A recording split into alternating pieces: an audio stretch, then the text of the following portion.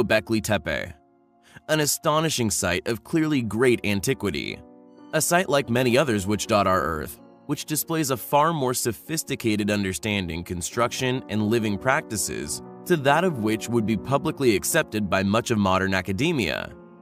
Instead, it is often more favored to merely ignore such data as abnormalities, or it seems, if possible, to lock such controversies away from inquisitive minds, deep within archives or underwater. And our next site is no exception. Although Göbekli Tepe has become a synonymous candidate for evidence of a once highly advanced, ancient civilization which once flourished here on our planet, it is not the only site to be found within the area, or even the most astonishing. Known as Norsen Tepe, this is the real gem of archaeological Turkey, and yet just like Waffle Rock, a site we have previously covered on our channel, located within the US, it lay at the bottom of a man-made dam, submerged deliberately and conveniently very shortly after some highly controversial discoveries were beginning to be made at the site. An enormous mounded fort, designed and shaped with a purpose of providing a sophisticated living quarters. When the site was excavated, it was found that no less than 40 inhabitations were present within the strata. Excavations were conducted between 1968 and 1974 by the German Archaeological Institute. Archaeologists, led by Harold Hauptmann, the Heidelberg professor of prehistory and early history, found considerable evidence to suggest that many of the later inhabitants of this sophisticated fort were themselves highly advanced, seemingly preserving many mysterious items left by many as yet unknown people. Why a government would make the move to flood such a location remains a subject of debate, and one which has led some to accuse the Mexican government of being complicit in the cover-up of a highly advanced, ancient civilization which once lived here on Earth. The fieldwork was finished by 1974. Shortly thereafter, the construction of the Kiban Dam works began, rising the water level and submerging the site away from prying eyes. Who built Norsen Tepe? Why did they build it? It seems this fort has remained impenetrable since the day it was built, even successfully keeping out the elements for untold millennia, preserving untold treasures from a bygone era, treasures which seemingly shone too bright a light for some to bear. What kind of controversial archaeology is Norsen Tepe protecting? What are these governments' bodies attempting to hide? These are questions which must be answered. Thanks for watching, guys, and until next time, take care. There are many ancient monuments found all over the Earth which possess extraordinarily precise solar and lunar alignments. Ingenious designs, often many thousands of years old, constructed from stones, sometimes quarried, cut, and transported to the sites from many miles away. This movement of megaliths was accomplished using techniques or technology as yet not understood, and to date, many of these megalithic stone placements are perceived as near impossible feats of ancient engineering. And although many impressive examples of monuments which track the sun can be found to have originated from many different civilizations, the most notable of antiquity, most famous for a seemingly obsessive level of monuments devoted to the observing of the sun's path, was undoubtedly the Neolithics. One has to wonder, why was there such a fixation? Was the motivation for this massive undertakings of a tragic nature? Was it out of fear created by a memory of a catastrophic event, possibly involving the sun's powerful emittance of radiation? Maybe they experienced the consequences of an ancient warming cycle. We may never know. Yet the most important question in our field is not why these volumes of solar-aligned relics were created, but how. How did our ancient ancestors, claimed as having existed over 10,000 years ago, construct such precisely positioned granges, henges, barrows, and sun daggers? Something we have previously covered, an incredible type of sundial which tracked a sunspot across the wall of an ancient cave with each month, solstice, and new year precisely marked out across the walls. Yet the sundials in question in this video are a group of far more familiarly designed dials left by the Neolithics. These sun-tracking dials can be found across the Neolithic sites of Ireland, Scotland, Orkney, and England. First discovered by an American by the name of Martin Brennan, a 39-year-old from New York. Not only did he discover the true function of curbstones located in Nonth, codename K7, K15 among others, he also cracked the earliest form of writing while studying the Irish Stone Age artwork. Earlier this year, a theory emerged on the internet by writer and journalist Ben Gagnon. He suggested that there was an image of a swan on curbstone 15 at Nonth. He claimed that while examining a photo he had taken of K15, he flipped it upside down and saw something no one had ever seen before, the faint but unmistakable image of a swan in profile. The true meaning or purpose of the curbstones had for a long time been heavily debated within certain circles. The intriguing cup and ring marks had been known of for some time. Yet, as previously mentioned, though the most popular theory of the design on K15 was the claim that it was the depiction of a swan glyph, this hypothesis was rejected even before Martin's unarguably accurate translation was discovered. Martin identified the sundial while examining a passage mount in the Boyne Valley, and although sundials thousands of years old have been excavated throughout Europe, many specialist individuals reviewing Martin's finds believe that the sundial discovered in County Meath is the oldest and possibly most important ever found. According to Martin, who has been studying megalithic Irish art for the last 10 years, Ireland's megalithic tombs are suffering from appalling neglect. Some of the most important passage mounds excavated previously have been ignored or conveniently completely sealed up. Martin's discoveries are undoubtedly remarkable and are of tremendous value to our ongoing deciphering of ancient antiquity and its past civilizations. It is a journey of discovery we find highly compelling. There are countless astonishing relics still to be unearthed in Peru, rediscovered within the modern age. Like that of Machu Picchu, long forgotten, engulfed by nature, still hidden within our past. With those which are rediscovered, simply dismissed en masse by cult-like actions of many of our modern institutions, most of which at a loss to explain the advanced nature of many of these relics, simply labeling said sites as pre-Incan. Peru is home to some of the most exquisite polygonal stonework to be found anywhere on the planet. Additionally, some of this inexplicable stoneworking incorporated some of the most enormous of stones into their construction. Furthermore, the Inca Road, a ruin we have previously covered, long ignored and rarely discussed, it is the largest man-made structure ever found, dwarfing the Great Wall of China, stretching an astounding 25,000 miles, once connecting many of the most inexplicable sites found within the country. It seems Peru was once a very important place, and possibly the capital of a civilization now lost long ago within history. Many of the unexplained ancient ruins we cover also express a near obsession with the movement of the planets amongst the stars, and a huge portion of these ruins are either celestially aimed or had some form of astronomical significance built into their design. And our next subject of interest is of no exception. Known as Chankio, we feel it is a demonstration of exceptional astronomical knowledge, abilities far out of the reach of its currently academically claimed constructor. Rivaling even that of Stonehenge, it is an ancient monumental complex located along the Peruvian coastal desert in a place known as the Casma-Sichin Basin within the Ancash department of Peru. Atop a hill, there are 13 towers regularly spaced, forming a toothed horizon. What is incredible about this undertaking, however, is that throughout the year, if one is positioned in the correct place, one can witness the sunrises between each of these ridges, with solstices also significantly highlighted by their builders.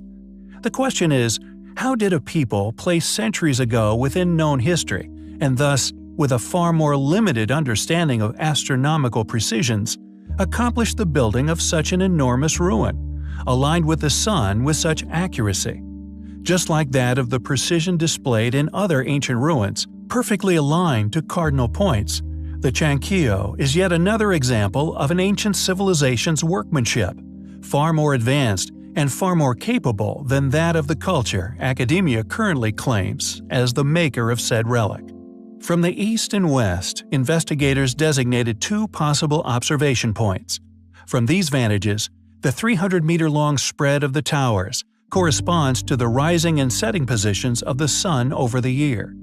On the winter solstice, the sun would rise behind the leftmost tower of Chankio, and rise behind each of the towers until it reached the rightmost tower 6 months later on the summer solstice. Inhabitants of Chankio would have been able to determine the date with an accuracy within a day or two, simply by observing the sunrise or sunset from these correct observational points. The 13 towers have been interpreted as an astronomical observatory, built in the 4th century BC. However, we believe, with such incredible abilities and knowledge of the precessional positions required to have constructed these towers, they are far out of the reach of our own well-studied, currently claimed ancient ancestors. Claimed as that of the Chasma-Sichan culture, we however disagree with this posit, simply on the grounds of its astonishing nature and the capabilities of its past constructor.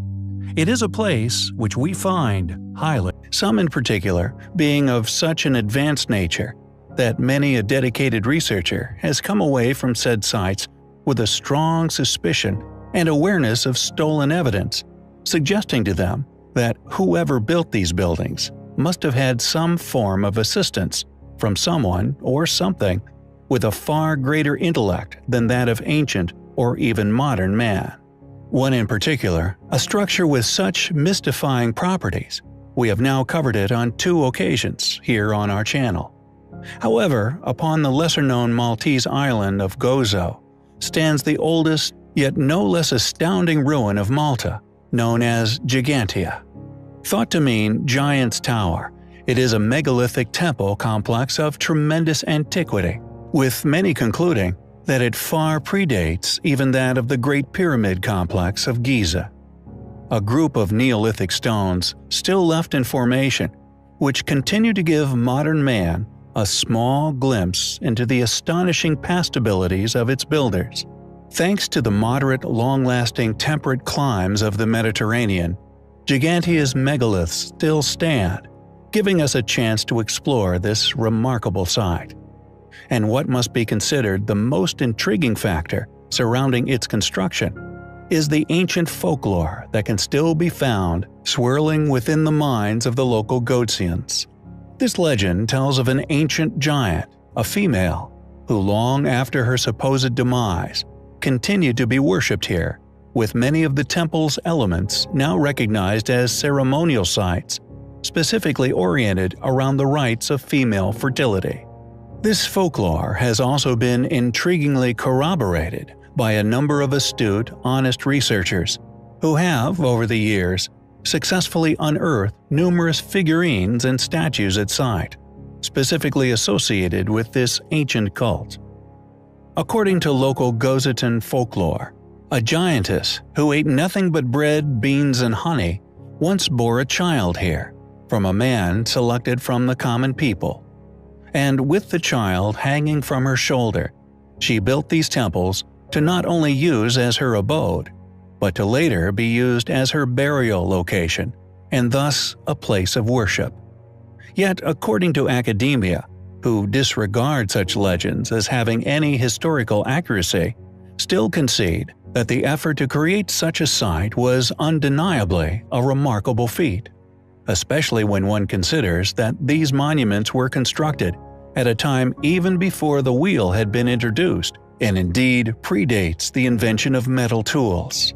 However, as they so fervently deny the possibility of past ancient giants, we feel they should consider the most remarkable characteristics of Gigantia being the scale of its still existing yet highly eroded megalithic blocks, with some still in situ, weighing far in excess of 10 tons, somehow transported from a faraway location and placed within the temple walls with such ease and skill that to deny the fact that even if not the work of an ancient giant, but the accomplishments of a past civilization, that they were clearly far greater than those currently claimed within the history books, and to deny such reality to us is a sign of negligence in their responsibility to convey to a learning population the truth of world history. Who built Gigantia? How did they build it, with such enormous stones, and with such an awareness of cardinal orientations? Was it, as the legend states, once built single-handedly by an ancient female giant? We find the evidence to suggest such highly compelling.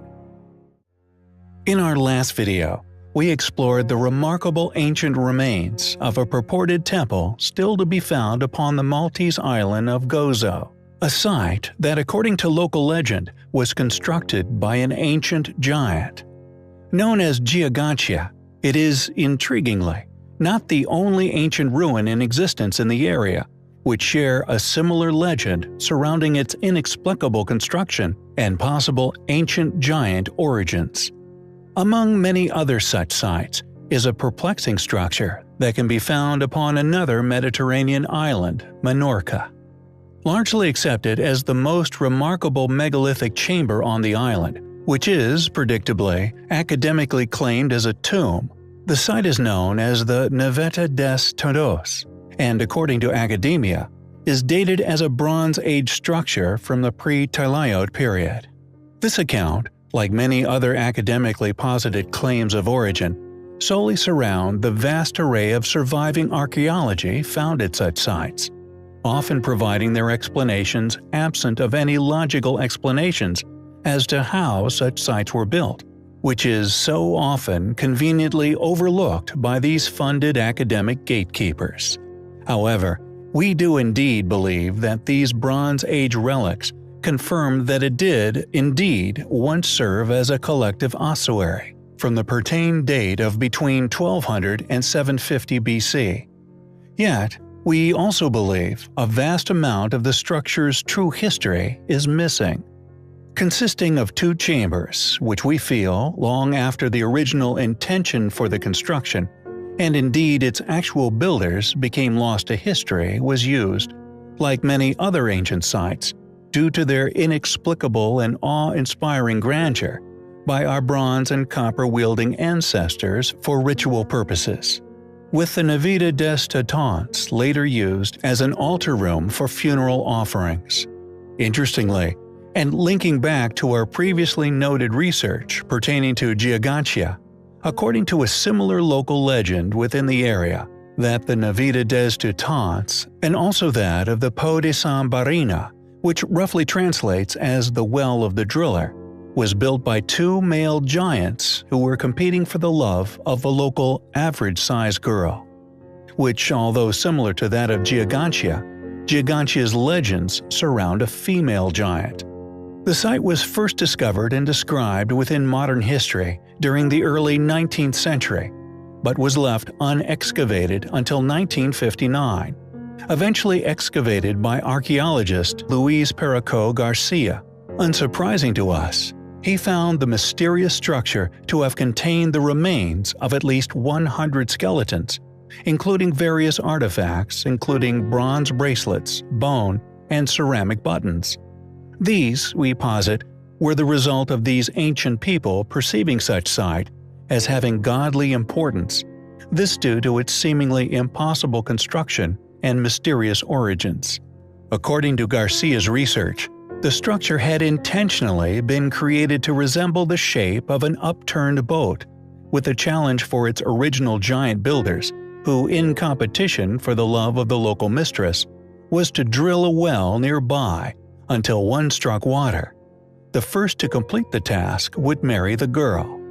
Then, according to his investigations of local legend, when the giant building the structure was placing the last stone, the other giant successfully struck water.